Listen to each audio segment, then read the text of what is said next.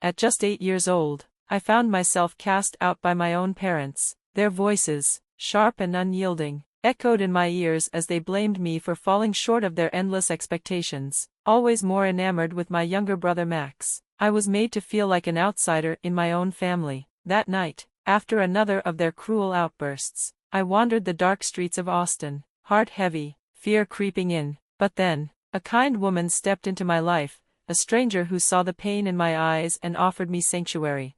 15 years later, I stood tall, successful, and resolute. When my parents re-entered my life, I was ready to face them, to take control of my own narrative and change everything.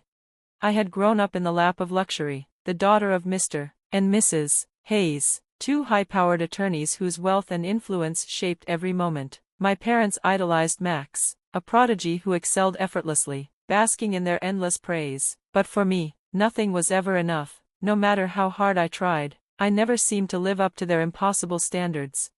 That's when Aunt Nancy entered the picture.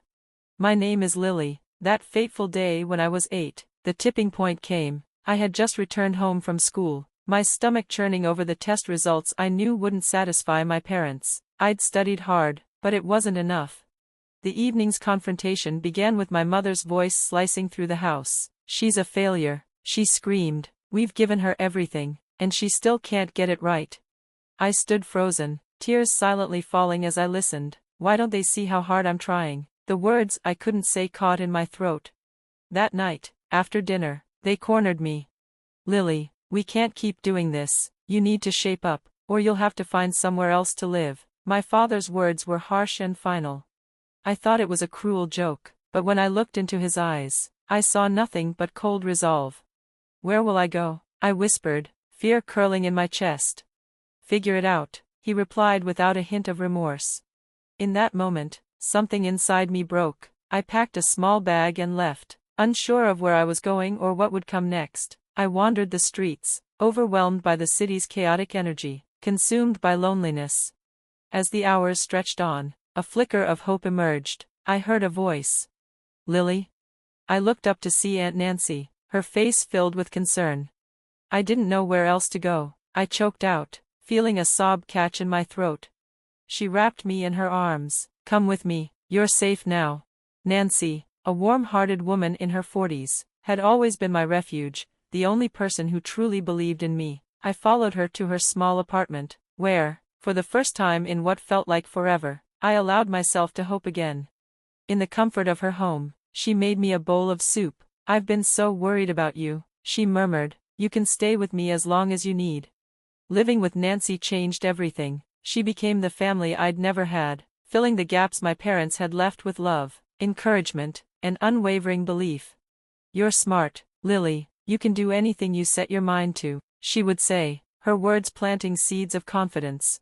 With her support, I started thriving. School became my sanctuary, and I poured myself into my studies, eager to prove that I could be successful on my own terms.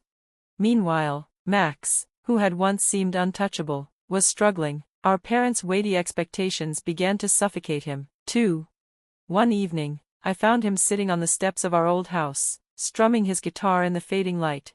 "Are you okay?" I asked, sitting beside him. "I don't know anymore," he said, his voice heavy. "Mom and Dad want me to follow their path, but I want to do music. It's like they don't even see me."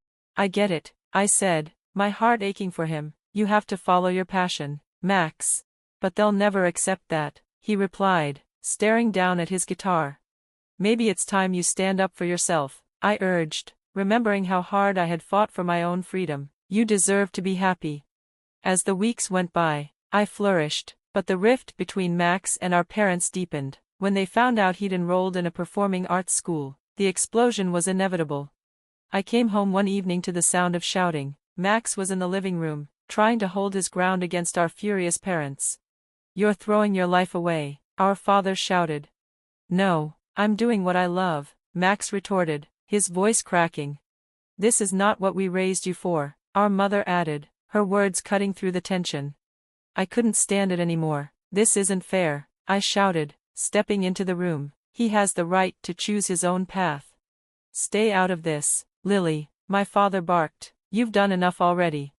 That moment, filled with rage and sorrow, marked the point of no return. I saw it in Max's eyes, the same fire that had burned in me when I left. Our parents' control was crumbling, and so was the facade of our family.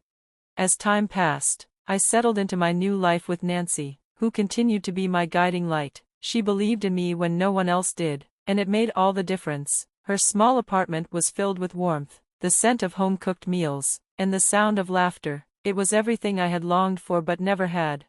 "You're going to be a doctor one day," Nancy often said, her voice filled with confidence. "You have the heart for it." Her belief in me sparked something deep inside. I worked harder than ever, throwing myself into my studies with the goal of proving my worth, not just to my parents, but to myself. Though I thrived, I couldn't stop thinking about Max. He was still under our parents' roof, still fighting for his voice. But I knew, deep down, he would find his way. I decided to call Max. "Hey, how's everything going?" I asked, trying to sound upbeat.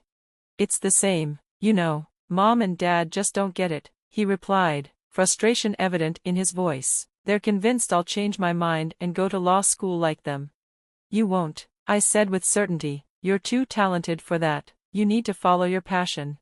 "I know, but it's hard when they keep pushing me," Max admitted. "I just wish I could escape like you did." "Maybe you can," I suggested, an idea forming in my mind. "You could come stay with Nancy and me for a while. It might help you figure things out." "Yeah, maybe," he said, but the uncertainty in his voice was clear. Months passed, and my focus on becoming a doctor finally paid off. I graduated high school with honors and received a scholarship to a prestigious university. When the acceptance letter arrived, I couldn't contain my excitement. I jumped up, clutching the letter tightly. "I did it, Nancy, I'm going to be a doctor," I shouted, my heart racing. Nancy hugged me tightly, tears of joy in her eyes. "I always knew you could do it, Lily, you deserve this." But even in that moment of triumph, a knot of fear twisted in my stomach. I knew my parents would probably dismiss my achievements, and when I called to share the news, their response was as expected, flat and uninspiring. "That's great, Lily," my father said, his voice dull, "but remember, medical school is tough. You'll need to be perfect." "Why can't you just be proud of her?" Nancy interrupted, frustration boiling over. "She's worked so hard for this." The silence that followed was deafening. My parents were still stuck in their ways, seeing my accomplishments as mere obligations to fulfill. It stung, but I refused to let their disappointment overshadow my joy. I threw myself into my studies, immersing myself in the challenges of medical school. Late nights of studying were often punctuated by texts from Max, who was still trying to carve out his own path. "Just finished another song," he texted one night. "It's about breaking free from expectations." "Can't wait to hear it," I replied, feeling a swell of pride for him. I hoped, more than anything, that Max would find the courage to pursue his dreams. As time went on, my parents reached out again, but it was clear they were only interested in pushing me onto their path. An email arrived one day, suggesting I consider law school instead. "We're offering to help with tuition, Lily. Think about how much a law degree could do for your future," they wrote. I felt the familiar surge of anger. "I'm not interested in being a lawyer," I shouted at my computer screen. "I'm going to be a doctor." Nancy entered the room, hearing the outburst. "What's wrong?" she asked, her concern clear. "They want me to drop everything and follow their path," I replied, my voice tight with frustration. "It's like they can't accept who I really am." "You are strong, Lily," Nancy said gently. "You've come so far, don't let their expectations pull you back." Her words grounded me. I knew what I had to do.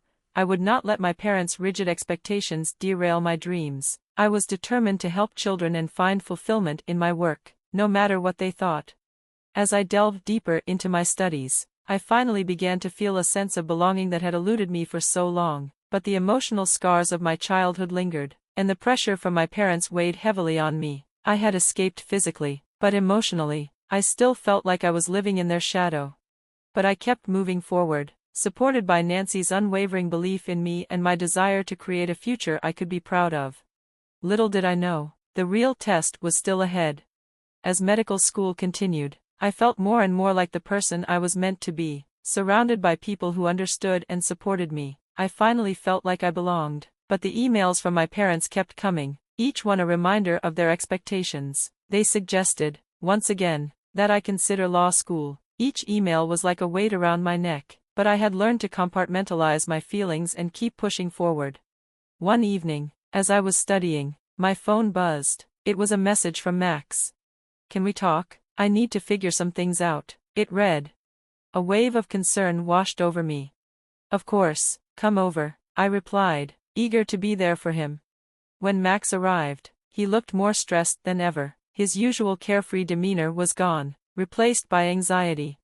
"I can't take it anymore, Lily. Mom and Dad are relentless," he confessed, rubbing his temples. "They just don't understand that music is what I want to do." "You know they're wrong," I reassured him, my heart aching for him. "You've got talent, Max. You deserve to follow your passion." "I know, but every time I try to talk to them, it's like I'm speaking to a wall," he said, frustration pouring out. "They just don't get it." I could see the pain in his eyes. I understood all too well how it felt to fight for your dreams against people who refuse to understand. "Maybe it's time you stand up to them," I suggested. "You deserve to be happy." Max nodded slowly, but the doubt was still there. "I don't want to lose them completely." "Sometimes you have to stand up for yourself," I said firmly. I had to do the same. "It's tough, but you'll be better for it." As weeks passed, I dove deeper into my studies, but the looming confrontation with my parents weighed heavily on both me and Max. I knew that one day, I would have to face them, and I could only hope that Max would find his voice in time. Then, one evening, my phone rang. It was my mother. "We'd like to have a family dinner," she said, her tone flat. "It's important." My heart dropped. "Sure," I replied cautiously, not sure what to expect. The dinner was scheduled for a few days later. As the date approached, a mix of anxiety and anticipation twisted in my stomach. I wanted to believe they were finally ready to reconcile, but deep down, I feared it would just be another round of disappointment. When the day arrived, I got to the restaurant early, my nerves on edge. When my parents walked in, they were as imposing as ever, their presence filling the room with tension. We sat down, and I could feel the weight of unspoken words between us. "Thank you for coming," my mother began, her voice cool. "We wanted to talk about our family and our future." "Okay," I said, trying to keep my tone neutral. "I've been doing some thinking," my father said, leaning forward, "about your education and your future. We think it's time you consider law school." My heart sank. "I've told you before, Dad, I want to be a doctor. That's my passion," I said firmly. "Passion doesn't pay the bills," he snapped. "You need to think practically." "Practicality isn't everything," I shot back, anger bubbling up. "I've worked so hard to get here, and I won't let you push me into a career." The tension in the restaurant was palpable, and despite my best efforts to remain calm, it only seemed to grow. Heads turned, and whispers filled the air, drawn to our escalating argument.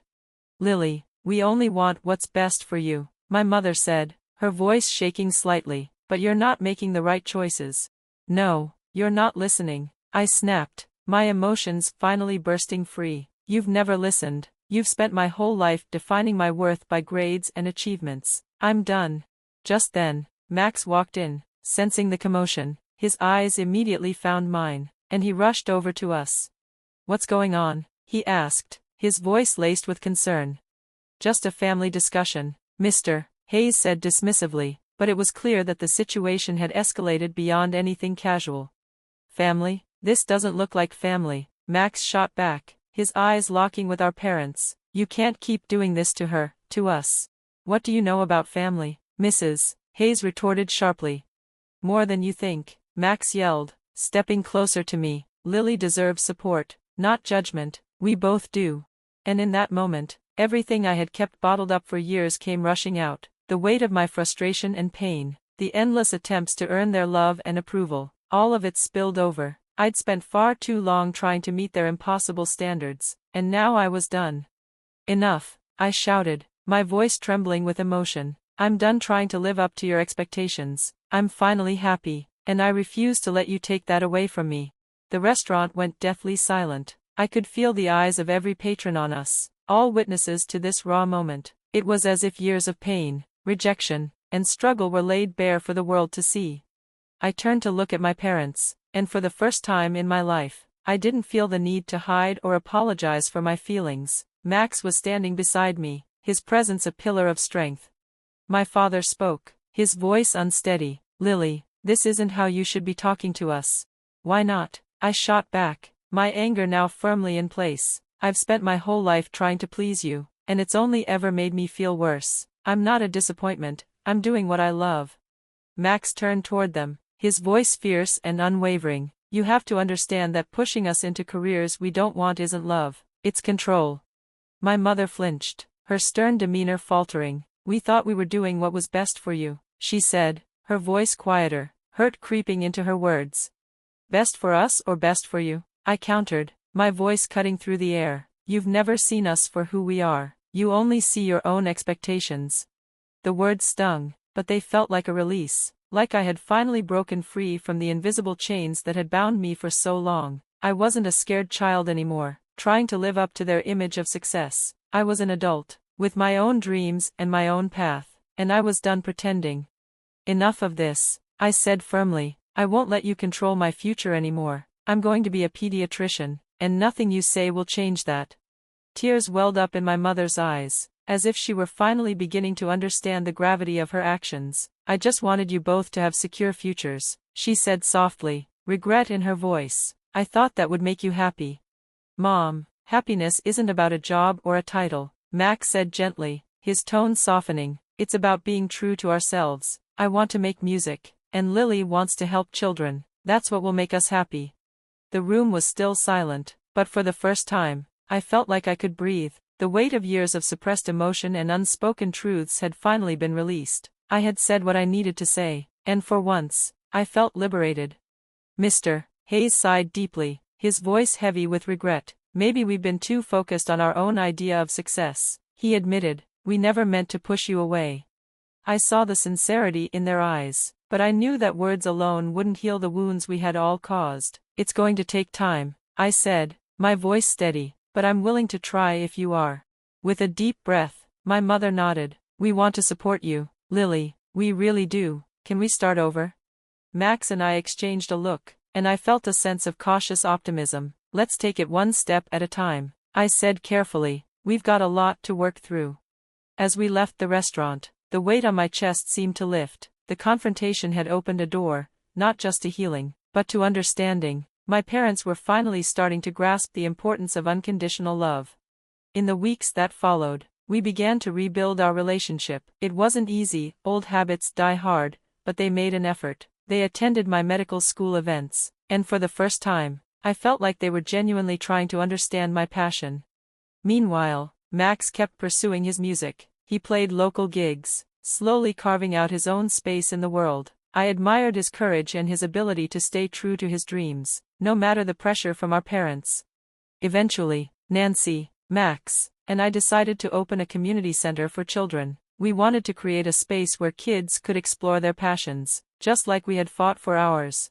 As I stood at the opening of the center, surrounded by smiling faces, I felt a deep sense of fulfillment. I had come so far, from the scared girl desperate to earn approval, to the woman who had found her voice, fought for her dreams, and embraced the love and support of her true family. My journey had taught me that love isn't about meeting someone's expectations, it's about supporting one another in our truest selves. And that was a lesson worth sharing.